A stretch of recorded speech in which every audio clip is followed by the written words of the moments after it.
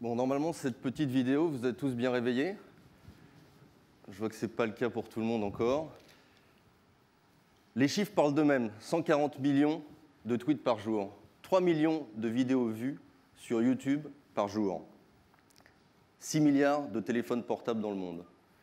Pour ceux qui avaient encore besoin d'en être convaincus, je vous l'assure, le monde d'aujourd'hui vit au rythme de la donnée.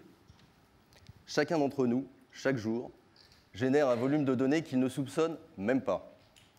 Bonjour à tous, je m'appelle Jérôme Sandrini, je suis responsable du Big Data au sein du groupe Bull. Nous sommes particulièrement contents d'être là aujourd'hui, et bienvenue à tous, pour échanger sur un sujet qui nous passionne tous chez Bull et qui préoccupe un grand nombre de nos clients. Mais nous sommes aux assises de la sécurité, donc nous allons tout particulièrement regarder les liens qui existent entre Big Data et sécurité. Et en fait, ce que nous allons voir, c'est que ces deux sujets sont étroitement liés, voire même interdépendants dans de nombreux cas. Revenons quelques instants sur les chiffres. 90% des données disponibles dans le monde ont été créées ces 2 dernières années.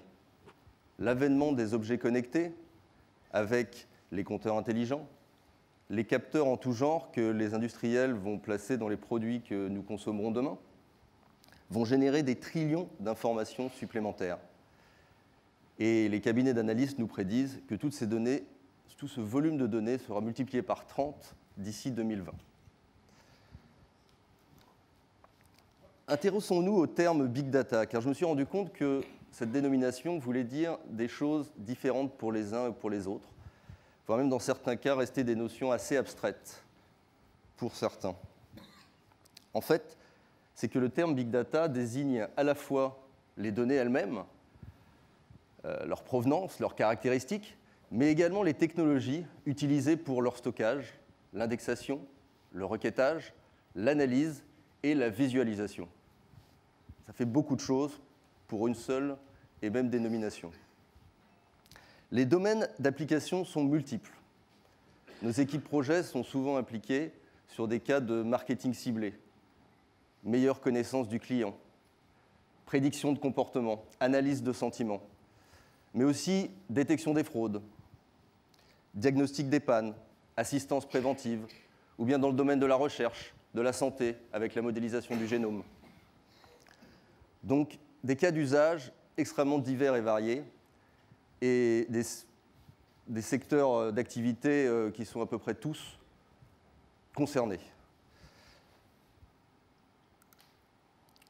Alors, on a vu que le volume était un élément fondateur des concepts du big data. On a l'habitude de représenter les concepts du big data en s'appuyant sur les 3 V. Volume, variété, vélocité. Alors effectivement, savoir faire sens de toute cette information qui nous entoure est clairement un élément compétitif très important pour les entreprises. Mieux connaître son client, savoir prédire un changement savoir détecter un changement de comportement ou une action d'un consommateur. Avoir ce qu'il faut d'informations au bon moment pour prendre la bonne décision sont clairement des enjeux clés qu'attendent les entreprises demain. Les géants de l'Internet ont inventé le cloud et le big data parce que les technologies du XXe siècle, avec les serveurs statiques et les bases de données relationnelles, ne permettaient pas d'adresser leur business qui est par nature global, élastique et temps réel. Concernant la variété des données, on a l'habitude de classifier les données en considérant qu'elles sont soit internes à l'entreprise, provenant des systèmes d'information de l'entreprise, soit externes. On parle également de données structurées, typiquement les données qu'on va trouver sur une base de données d'un système d'information de l'entreprise, ou déstructurées, typiquement du flux Internet. Nos équipes projets sont souvent impliquées sur des sujets qui visent à corréler l'information du client final, provenant du CRM de l'entreprise, et de corréler cette information avec l'information des données des réseaux sociaux, qui vont permettre de comprendre ce que le client pense de l'entreprise, de la marque, du produit, et donc de prendre des actions de marketing ciblées par rapport à ce consommateur. Enfin, la vélocité. On peut avoir toutes les données possibles et imaginables. Si on n'arrive pas à les traiter en un temps record, il y a fort à parier qu'elles vont rapidement être obsolètes. Et donc, il faut savoir ici se doter des technologies qui permettent de traiter en un laps de temps extrêmement court un volume de données très important. Et là, typiquement, on fait appel à la fois à des technologies matérielles et logicielles, qu'on appelle le fast data ou les technologies in-memory. On sait aujourd'hui que 60% des entreprises ont démarré un projet ou une initiative big data. Même si encore ces projets sont bien souvent des expérimentations, des projets pilotes, des proof of concept, on sait que la part des projets qui passent en production augmente de plus en plus. Par contre, un relativement petit nombre de ces projets sont en fait liés à la sécurité. Mais sur ce point, je passe la parole à l'expert, Philippe Duluc, patron de la division sécurité chez Bull. Bonjour à toutes et à tous. Merci beaucoup, Jérôme. En effet, ce sont des chiffres du Gartner. 60% des entreprises ont démarré des projets Big Data. Mais on apprend aussi que pour ces projets, seulement 10% d'entre eux adressent la sécurité. Ça veut dire que vous tous, nous tous, j'ai été directeur sécurité, RSSI, dans votre immense majorité, vos entreprises ont démarré des projets Big Data, mais que pour l'immense majorité d'entre vous, vous n'avez pas été impliqués, vous n'avez pas été consultés sur ces projets. Et donc, le risque est grand de vous retrouver dans une situation que, hélas, vous connaissez, de devoir intervenir en pompier. En pompier, en effet, puisque ces projets Big Data, souvent, commencent sur un coin de table et ils sont tellement importants que petit à petit, ils deviennent un véritable projet d'entreprise. Ça, c'est une première raison pour vous intéresser au Big Data. Deuxième raison, le Big Data, d'après toujours Gartner, et j'en terminerai là avec les chiffres, en 2016, 40% des entreprises auront mis en place un projet Big Data de supervision de sécurité et mis en place une équipe de Security Data Scientists. Deuxième raison pour vous intéresser au Big Data. Alors le Big Data, effectivement, ce sont des nouvelles technologies, ce sont des nouveaux usages, mais bien heureusement, il nous reste les fondamentaux du traitement de la donnée. On reste dans des choses qui sont finalement traditionnelles. Qu'est-ce que c'est qu'un projet Big Data? Eh bien, il s'agit de capturer des données, de les stocker, de les traiter et de les exploiter. Rien de renversant par rapport à cela. Simplement, le Big Data va nous amener à nous intéresser plus particulièrement à certaines de ces phases de la chaîne de traitement. Tout d'abord, au niveau de la capture. Le big data, le propre du big data, c'est de casser des silos, c'est de recueillir des données hétérogènes, des données, c'est la variété donc, de ces données. Donc ça veut dire qu'on va avoir un impact très très important en matière de conformité, puisque nous aurons des données différentes, assujetties à des réglementations différentes, assujetties à des politiques de sécurité différentes, et cassant les silos, il va falloir les mettre dans des bases de données unifiées. Deuxième sujet, un projet Big Data, c'est aussi un projet de création de valeur pour une entreprise, sinon on ne le ferait pas. Ce qui veut dire qu'à la fin, si tout marche bien, on a créé de la valeur, et cette valeur, il faut absolument la protéger et la défendre. Donc ça, c'est un autre sujet qu'on a adressé fortement en Big Data. Il y a de la valeur à protéger, et nous le verrons au cours de cet exposé. Alors, de manière générale, en cybersécurité, comment procédons-nous avec nos clients ? Pour les aider à se retrouver face aux cyber-risques et à se retrouver en matière de cybersécurité, nous avons notre boussole, on appelle ça le GPS. Notre GPS à nous, ce sont les 3 composantes de la cybersécurité, la gouvernance, la protection et la supervision. Gouvernance, il s'agit d'identifier les risques, il s'agit de définir une stratégie de sécurité, définir le process, de vérifier ce process avec la boucle d'amélioration continue que vous connaissez bien. Ensuite, la protection, on déploie, on met en place effectivement ces process qui ont été définis. On met en place des produits et des services. C'est la protection. C'est finalement, dans notre métier, quelque chose qui est le plus traditionnel en matière de sécurité. C'est je mets des barrières, je sais faire, sauf qu'aujourd'hui, ça devient un petit peu plus compliqué à cause de la technologie et à cause, bien entendu, des concepts de défense en profondeur. Et enfin, la supervision. La supervision, c'est un élément essentiel, parce que dans ce triptyque GPS, si vous négligez une seule de ces 3 composantes en matière de cyber-risque, on peut dire que vous êtes mort. Il faut absolument ces 3 composantes. La supervision est peut-être la composante la plus récente. Elle s'est développée finalement, et ça c'est un peu un jugement personnel, une conviction, moi qui fais de la sécurité depuis toujours, ma conviction, et qui est partagée, est celle que jamais dans le monde, l'avantage n'a autant été du côté de l'attaque. Ça, c'est très important d'en être conscient. C'est dû à l'évolution technologique. La technologie devient très complexe. Ça avantage les attaquants. Un hacker, il a juste besoin de s'intéresser à une microfaille, quelque part. C'est tout. Il se concentre là-dessus et réussit à l'utiliser, alors qu'un RSSI, il doit boucher toutes les microfailles. Et c'est un peu aussi une faillite de la protection aujourd'hui. La question est maintenant de détecter les attaques, parce que les attaques sont possibles, il s'agit de les détecter le plus vite possible. Donc la supervision est essentielle. Alors le big data là-dedans. En termes de gouvernance, on a vraiment des outils qui fonctionnent, qu'on a utilisés, qu'on utilise en matière de big data. La route d'Hamming, c'est quelque chose d'assez extraordinaire. On l'utilise, bon, parfois c'est un petit peu compliqué, il faut l'adapter, mais là n'est pas la difficulté. La difficulté est plutôt au niveau de la protection. Comme l'a dit Jérôme, nous sommes dans des nouvelles technologies du XXIe siècle. Les technologies du XXe siècle pour le big data sont obsolètes. Ça veut dire qu'il faut innover, améliorer les choses, mettre en place de nouveaux moyens de protéger qui correspondent aux nouvelles technologies qui sont mises en place. Donc la protection. Et enfin, la supervision. Alors la supervision, évidemment, à cause des 3V, c'est quelque chose qui devient compliqué, en volume, en variété, en vélocité. Mais là, nous avons une énorme chance, c'est que de manière étrangement récursive, si je puis dire, le big data est peut-être la meilleure façon de superviser la sécurité du big data. Alors maintenant, nous allons illustrer et rentrer un petit peu plus dans le concret. Et nous avons choisi avec Jérôme d'illustrer ces concepts par des cas clients réels. Ce sont des cas qu'on a rencontrés, que nos équipes sécurité big data ont rencontrés sur le terrain.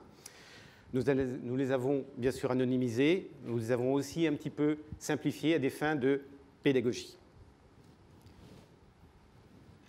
Alors le premier de nos cas clients aujourd'hui est un opérateur télécom. Alors on connaît tous les challenges qu'ont à relever les opérateurs télécoms avec la pression massive, compétitive sur les prix. Et donc l'enjeu pour les opérateurs est réellement de conserver leurs clients et de pouvoir leur proposer de nouveaux services innovants afin d'augmenter les ventes de services. Donc précisément sur ce cas client, nos équipes ont travaillé sur l'amélioration de l'expérience utilisateur des sites Internet et des portails du groupe. Et pour ce faire, l'enjeu était de capturer tout le parcours de navigation des clients, donc toutes ces données. On parle de plusieurs millions de pages vues par jour, de plusieurs téraoctets de données à capturer par jour. Donc, ce qu'on a fait, c'est qu'on a mis en place un cluster Hadoop sur lequel on a capturé l'intégralité de ces données. Ensuite, nos équipes de data scientists ont travaillé sur des algorithmes, des calculs, pour pouvoir détecter les instants précis où il y avait des pertes de navigation, des abandons de navigation et des abandons dans le parcours d'achat, de souscription d'un nouveau service, par exemple. L'objectif final étant d'améliorer donc la navigation, l'expérience utilisateur lors de la navigation sur les sites, mais également de transformer, d'augmenter le taux de conversion d'achat et de souscription à de nouveaux services. Alors clairement, lors de ce projet, donc on a mis en place les clusters Hadoop. Nos équipes de data scientists, comme je l'ai dit, ont travaillé sur les données qui ont été restituées dans des outils d'analytics pour que les opérateurs puissent prendre les bonnes décisions. Éventuellement, pouvaient rejouer la session des clients pour voir précisément les endroits qui posaient problème, à des fins donc, de recommandation aux équipes de développement des sites pour pouvoir donc, corriger les anomalies. Certaines fois, les boutons d'achat ne se situaient pas au bon endroit ou étaient cachés. Donc réellement, l'objectif est de simplifier la navigation de l'utilisateur. Et on a pu constater sur une phase de test vraiment une multiplication par 2 du taux de conversion d'achat et de souscription des nouveaux services. Alors après, on va voir les aspects sécurité autour de ce projet. Merci. Alors, ce premier cas client va nous servir à illustrer la problématique de la gouvernance. Nous sommes dans le domaine des télécoms. On sait que les télécoms sont assujettis à un grand nombre de réglementations de toutes sortes. Et on s'est rendu compte que pour gérer les problématiques qui étaient devant nous de confidentialité, d'intégrité et de disponibilité, il a fallu prendre en compte le fait que toutes les données qui étaient rassemblées dans ce projet Big Data provenaient de différents univers. Dans le domaine des télécoms, ce qu'on avait précisément dans ce projet, on a des données techniques, on a des données personnelles. Le côté privacy, c'est un côté extrêmement important dans le domaine des Big Data. C'est aussi un domaine qui est en plein changement. Culturellement, les choses changent sur la perception de la protection des données personnelles, les données qu'on met sur les réseaux sociaux, qui sont publics, qu'on rassemble, etc. Donc tout ceci est en plein changement, il faut vraiment y prendre garde. Donc on a cette multiplicité de données qui sont soumises à des réglementations diverses et variées. J'en cite quelques-unes. La réglementation des télécoms, les opérateurs télécoms ont été les premiers OIV à être assujettis à des obligations de reporting via les directives européennes. On a des obligations de sécurité, conservation des données de connexion. On a des obligations dans les données qui peuvent être enregistrées pour justement optimiser cette navigation. On peut s'intéresser aux données bancaires, donc on a des réglementations PCI-DSS à prendre en compte. On a des réglementations CNIL. Donc tout ceci a été très très complexe à gérer, puisque en cassant les silos, il a fallu unifier au niveau des stockages et du traitement toutes ces données et trouver une façon de rester conforme. Donc le point dur dans ce projet a été effectivement de sauvegarder la conformité et de garder toujours une politique de sécurité qui parvienne à remplir les objectifs de notre client sur le sujet en matière de confidentialité. L'enseignement que l'on a eu, c'est que c'était possible. Comme je vous le disais, la gouvernance, tous les outils existent aujourd'hui. Il s'agit simplement de bien les utiliser, de passer du temps dessus. Et il s'agit aussi, pour un RSSI, d'être suffisamment en amont sur les projets. Le RSSI doit être un véritable détective pour détecter ces projets Big Data et intervenir dès au début, car on a des enjeux extrêmement importants en matière de conformité, en particulier s'agissant de cet exemple. Pour notre deuxième cas client, on parle ici d'un site e-commerce. Donc l'objectif de ce site e-commerce est réellement d'augmenter les ventes en faisant des recommandations d'achat pertinentes à ses clients. Et donc l'enjeu pour la solution Big Data déployée sur ce type de projet est clairement déjà un enjeu d'intégration, récupérer les données de différentes sources, donc à la fois les données du CRM client, afin de réellement profiler et mieux connaître son client, les données également des analytics qui sont stockées dans des bases de données NoSQL type MongoDB, sur lesquelles qu'on va extraire et donc réintégrer dans un cluster Hadoop, et également les fichiers bruts de capture, de navigation, de parcours d'achat du client, pour comprendre son historique d'achat et également son historique de navigation. Et donc là également, les équipes de data scientists ont travaillé sur les infrastructures Hadoop, de manière à pouvoir analyser réellement la recommandation d'achat la plus pertinente à faire par client. Une fois que ces calculs ont été faits, ils sont stockés dans une base de données NoSQL afin d'être directement poussés au consommateur lors de sa prochaine session. Et donc, théoriquement, on doit, lors d'une prochaine connexion du client, voir une recommandation d'achat la plus pertinente possible par rapport à son profil, par rapport à la connaissance qu'on a de ce client et par rapport à tout son historique d'achat et de navigation. Donc, ça, c'était dans une première étape. Dans une deuxième étape, ce qu'on souhaite mettre en place chez ce client, c'est réellement le troisième V, la vélocité. En s'appuyant sur les technologies in-memory, de pouvoir réellement personnaliser la navigation au sein d'une même session.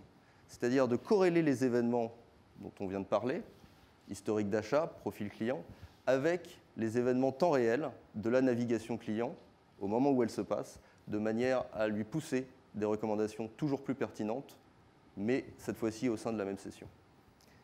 Et nous allons voir les challenges liés à la sécurité.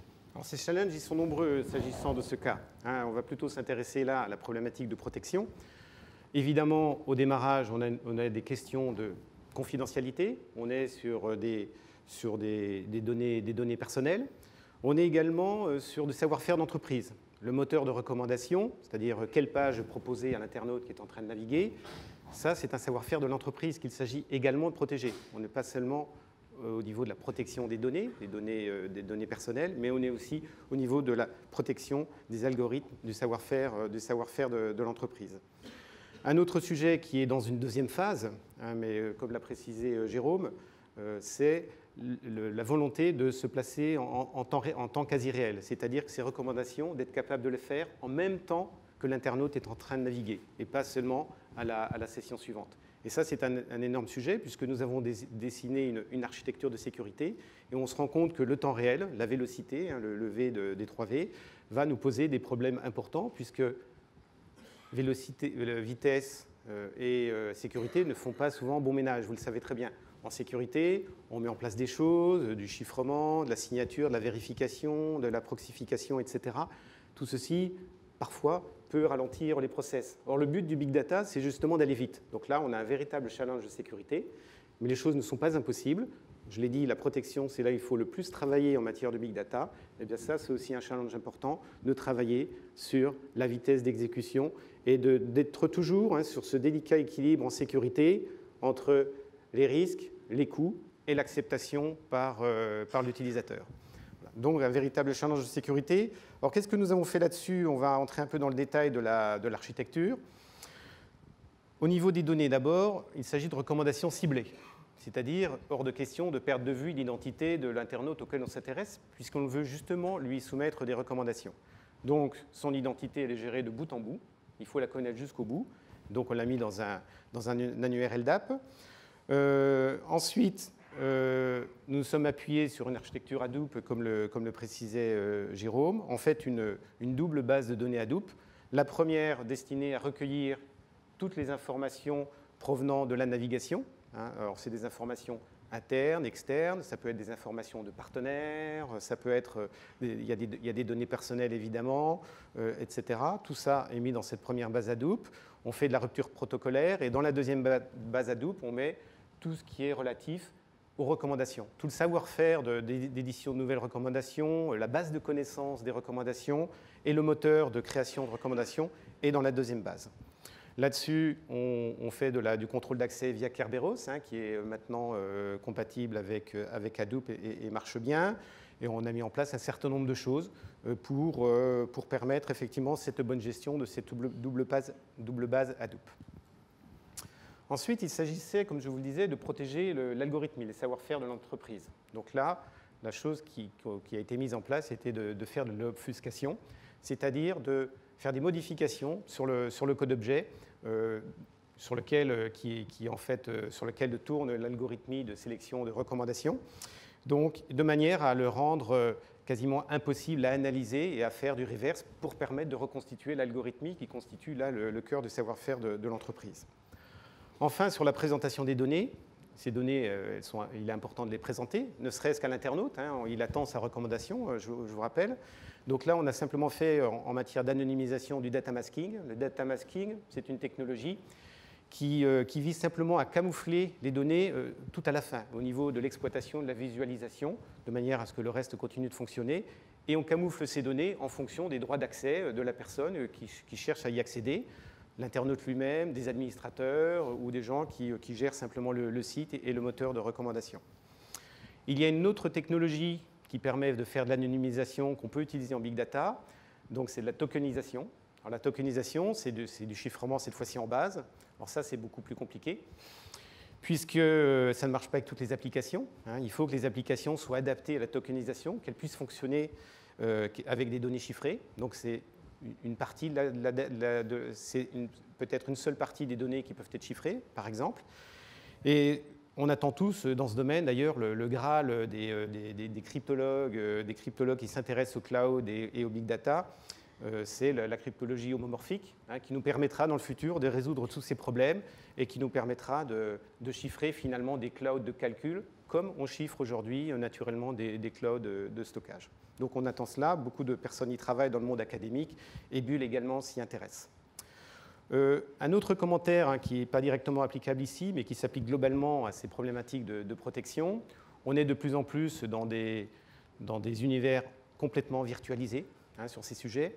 Et dans ce domaine, il faut s'intéresser à notre futur. Et le futur de la sécurité dans ces univers virtualisés, dans le big data, dans le cloud, c'est ce qu'on appelle la software defined security. Ça, c'est le futur de notre métier, messieurs et mesdames les RSSI. Et d'ailleurs, je vous renvoie cet après-midi, ce n'est pas l'effet du hasard, je vous renvoie cet après-midi à l'atelier Bull qui présentera effectivement ce que nous avons fait dans le domaine de la software defined security pour notre client Numergy. La software defined security, c'est la suite du SDN, du Software Defined Network. Tout ceci fonctionne ensemble et demain, nous aurons effectivement la capacité, via ces technologies, à maîtriser notre destin en matière de sécurité, à manager la sécurité d'un point de vue technique. Il ne nous reste plus qu'à voir le troisième cas. Donc notre troisième cas client concerne une chaîne de magasins. Donc on parle ici de plusieurs milliers de points de vente. Et l'objectif du client est de piloter les prix par la marge. Donc de définir une politique de prix, si possible quotidienne, qui tient compte d'un ensemble d'informations remontées de tous les points de vente.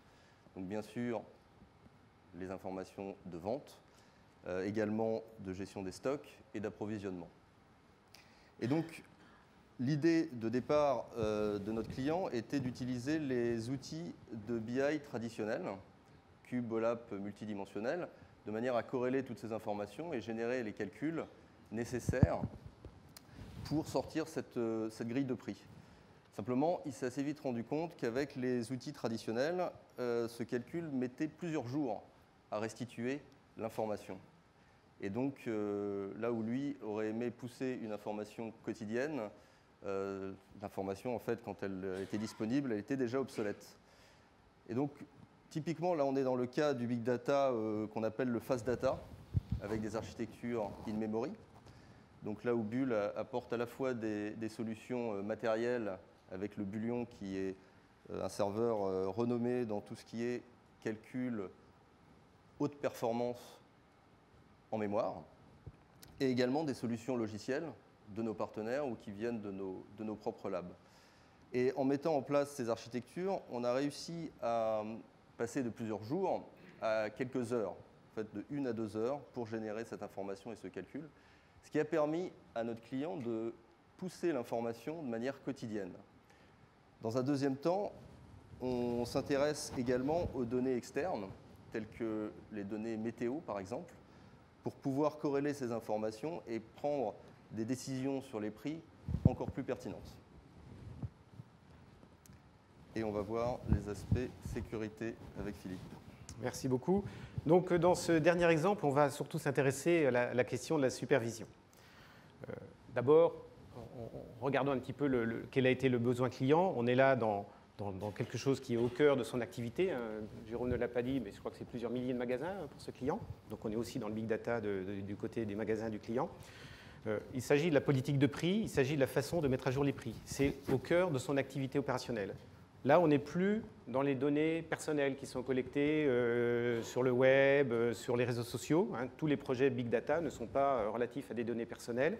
Là, on a un projet Big Data avec des choses qui sont au cœur de l'activité de l'entreprise, les prix, sa politique de prix. Et le but, c'était bien d'arriver à faire une mise à jour des prix tous les jours, et qui est quelque chose, pour ceux qui connaissent le domaine, qui est absolument phénoménal. Alors, on est dans le domaine également de la variété.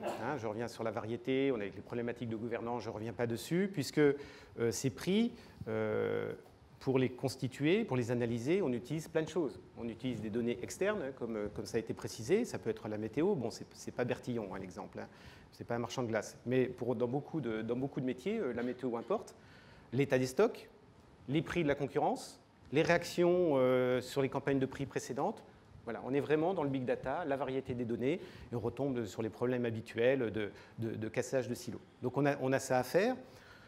Dans ce qu'on a à protéger également du côté du client, on a à protéger les prix, peut-être pas en confidentialité, un prix c'est public, c'est normal. Par contre, évidemment, protéger leur intégrité, protéger leur disponibilité, on voudrait les mettre à jour tous les jours. Cela dit, en confidentialité, dans un prix, il y a la marge. Alors ça, la marge, c'est un véritable secret d'entreprise. Il faut absolument la protéger également en confidentialité. Donc, confidentialité, intégrité, disponibilité. Alors, tous ces sujets nous amènent à avoir mis un accent sur la supervision de sécurité de ce projet. Pourquoi ? C'est que ce qui peut se produire chez une entreprise comme celle-là, il peut se produire plein de choses. Elle peut être attaquée. Elle peut être attaquée, par exemple, par des extrémistes en fonction de son domaine d'activité, des extrémistes écologiques ou de la cause animale ou que sais-je, il y a des précédents. Elle peut être attaquée pour des raisons financières, par un fournisseur, par exemple, qui n'est pas du tout content de sa relation, qui a un copain qui travaille dans l'entreprise, qui lui donne les prix, etc. Elle peut être attaquée aussi par quelqu'un qui s'est imaginé pouvoir influer sur les prix, avoir inventé quelque chose qui permettait de les frauder. Donc il y a plein de raisons pour lesquelles on peut avoir des attaques sur ces sujets. Et on a bien vu les limites de la protection, comme je le disais tout à l'heure. Il faut de la supervision de sécurité. Donc ça veut dire que le moindre événement curieux, un prix anormal, un calcul qui a pris beaucoup trop de temps, une boucle dans les calculs, etc., doit absolument être pisté et être regardé par la supervision de sécurité. Là, on entre vraiment dans le domaine des SOC de nouvelle génération. C'était le sujet de l'atelier de Bull l'année dernière aux Assises. On rentre au niveau des SOC, les Security Operations Center, on rentre dans les métiers. Un SOC, une supervision de sécurité dans ce domaine, eh bien, elle doit s'intéresser au prix. Elle doit savoir ce que c'est qu'un prix, comment un prix évolue, quel est le modèle, etc. Parce qu'il faut inclure dans les travaux du SOC, dans la supervision de sécurité, il faut inclure ces données métiers. Pour travailler contre la fraude, eh bien, il faut rentrer sur les données financières. On ne peut pas se contenter uniquement de données techniques provenant des SOC et des NOC, enfin des équipements de sécurité et des équipements réseau. Il faut rentrer dans le métier et là, ça a été une très très bonne illustration de ce cas. Donc ça m'amène juste très rapidement sur une première conclusion sur le sujet comment sécuriser Big Data. On a les outils pour la gouvernance, on a des outils qui sont en train d'être améliorés pour la protection, tout le monde y travaille, les éditeurs de technologies, les intégrateurs, etc. Et on a des solutions en matière de supervision. Ce qui est important pour un RSSI aujourd'hui sur ces sujets, c'est bien de se mettre en position, de ne pas être le pompier du Big Data, donc de montrer qu'il existe des risques et d'être un véritable détective auprès des métiers, le marketing, la communication, pour détecter ces projets Big Data et intervenir. Maintenant, on va s'intéresser au sujet que j'annonçais tout à l'heure, le big data pour la supervision de sécurité. Voilà. Oui, j'ajoute que Bull est particulièrement bien placé pour répondre à ces préoccupations de la part des RSSI, puisque nous travaillons, comme vous l'avez vu, de manière intégrée entre les équipes sécurité et les équipes big data, ce qui nous permet d'avoir une boucle extrêmement courte pour essayer de répondre aux problèmes que nous rencontrons et que rencontrent nos clients. Alors maintenant, quelques mots, et je vais aller plus vite, c'est un domaine qui est bien connu de la part des RSSI, les SOC et la supervision de sécurité. Un petit historique, dans le passé, on se contentait de surveiller l'accès aux outils. L'accès aux outils, c'est l'accès au site, l'accès aux salles machines, l'accès aux ordinateurs, l'accès aux serveurs. On s'est rendu compte que ce n'était pas suffisant, parce que certains pouvaient outrepasser ces accès, et il fallait s'intéresser à la supervision de l'accès à l'information. Voilà, c'est ça qui était important, l'accès à l'information. Et aujourd'hui, on se rend compte, avec l'évolution des menaces, ne serait-ce qu'en prenant, par exemple, 2 cas célèbres, Bradley Manning pour Wikileaks ou même Edward Snowden, ce sont des personnes qui avaient légitimement accès à l'information. Par contre, ce qui n'était pas normal, c'est l'usage qu'ils en ont fait, d'aspirer toutes les données et ensuite de les diffuser. Voilà. Donc, le sujet aujourd'hui en matière de supervision de sécurité, c'est l'analyse des comportements. Alors, comment peut nous aider le big data sur ces sujets? On revient aux 3 V qui nous ont été présentés. La vélocité, évidemment, il faut être très rapide, il faut être très réactif. S'il s'agit d'une attaque contre votre système d'information, voler l'information ou détruire, quand on est dans le SCADA par exemple, il faut être capable de calculer, de détecter extrêmement rapidement et de réagir. Donc on a vraiment tout intérêt à bénéficier du vélocité du big data. Deuxième domaine dans lequel le big data nous apporte beaucoup, c'est la variété. Comme je vous le disais tout à l'heure, aujourd'hui en supervision de sécurité, bien entendu on collecte tous les éléments techniques provenant des équipements de sécurité, les éléments techniques en provenance des équipements réseau, toutes les données de contexte technique, la liste des droits, des privilèges, etc., mais aussi des données métiers. Voilà. Et là, on est bien dans le domaine de la variété du big data. Toutes ces données, elles sont extrêmement différentes, elles sont structurées ou pas structurées, et là, vraiment, on peut vraiment dire que c'est un sujet de grande variété typique du big data. Enfin, le dernier point, et non le moindre, c'est le volume.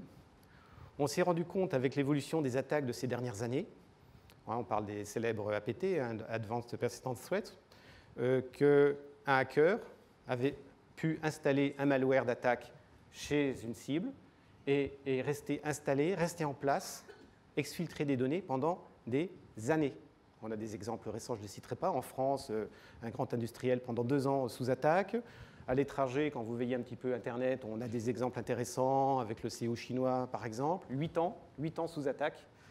Donc ça veut dire quelque part que si on fait de la supervision de sécurité, il faut être capable de faire des analyses dans le temps, dans la durée, et être capable de remonter dans le temps. Si vous avez un petit indice qu'il se passe quelque chose d'anormal, il est très important de pouvoir remonter dans le temps, parce que peut-être que le hacker, au moment où il est arrivé, il était moins en situation de confort, il a pu faire quelques erreurs qui ont pu laisser des traces qu'on n'avait pas vues à l'époque, mais qu'on verra maintenant grâce au fait qu'on a mémorisé toutes les données.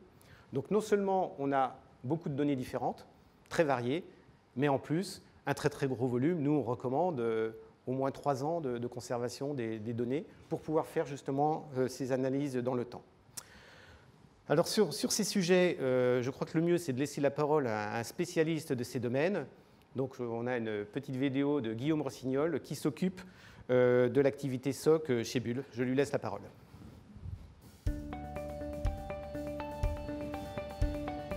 Ce qui a changé en cybersécurité, c'est l'évolution du hacking. C'est devenu une économie. Et à partir de là, on a des menaces de plus en plus importantes qui vont au niveau des métiers, du business, et qui provoquent des pertes financières de plus en plus importantes. On détecte de plus en plus les attaques qui ont échoué avec les systèmes de sécurité et assez rarement les attaques qui ont réussi. Et ce sont celles qui sont le plus préjudiciables pour le métier, pour l'entreprise. Pour se protéger, il faut qu'on puisse mettre en place des systèmes qui vont permettre d'analyser et de rendre surtout plus efficaces les analystes. Un analyste, pour qu'il soit efficace, il faut qu'il puisse rendre une réponse appropriée au type d'attaque.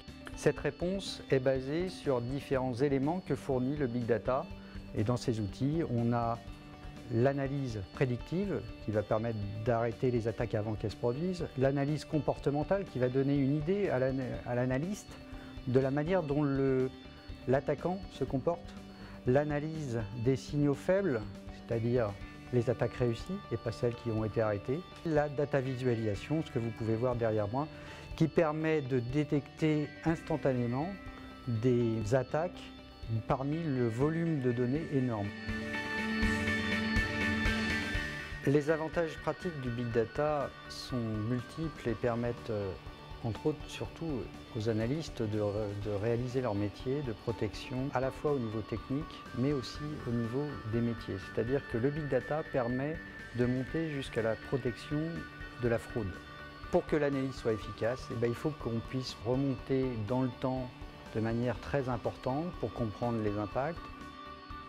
En résumé, seul le Big Data permet une cyberdéfense efficace contre les menaces actuelles.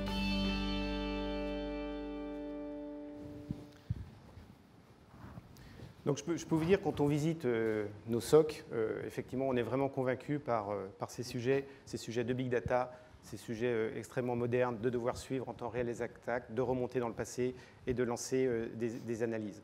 C'est un sujet d'ailleurs sur lequel on a besoin également d'opérateurs humains. On a besoin de nouvelles technologies, des technologies de visualisation du Big Data. On ne peut pas se contenter d'utiliser ce que nous donnent simplement des machines, des systèmes SIM qui sont aujourd'hui importants, intéressants, mais il faut les compléter par de l'expertise humaine et par de la visualisation de grosses quantités de données de manière à en sortir des anomalies. Pour finir très rapidement, on utilise le Big Data pour faire du profilage et de la détection. On revient sur ce qu'on disait aujourd'hui. Le but, c'est vraiment de chercher les comportements qui sont anormaux. C'est ça qui donne l'alerte et qui va permettre à nos experts de trouver ce qui n'est pas normal en visualisant énormément de données et en analysant tout ce que nous ont donné les équipements, y compris les SIEM. Ensuite, une fois qu'on a eu une attaque, ou une tentative d'attaque, ou quelque chose de vraiment suspect, eh bien, on fait de la mesure d'impact et on fait de l'analyse prédictive, comme l'a expliqué Guillaume Rossignol. On pourrait parler des heures sur ces sujets, mais je crois qu'il est temps d'arriver un peu à la fin de notre présentation. Juste pour vous dire que nous avons été très heureux de faire cette présentation, qui pour nous est vraiment un travail en commun mené entre les équipes Big Data et les équipes sécurité. Là, vous voyez sur notre slide, c'était une présentation de Bull Natos Compagnie. Donc, effectivement, Bull et Atos ont décidé de joindre leurs forces. Atos, 80 000 personnes, 10 milliards de chiffre d'affaires. Et dans la stratégie, c'est la stratégie amicale qui a présidé à cette fusion, le Big Data et la sécurité constituent l'une des priorités de développement. Notre but maintenant commun avec Atos, c'est de devenir encore plus leader au niveau européen et mondial sur les problématiques de Big Data et de sécurité qui, pour nous, sont extrêmement entremêlées.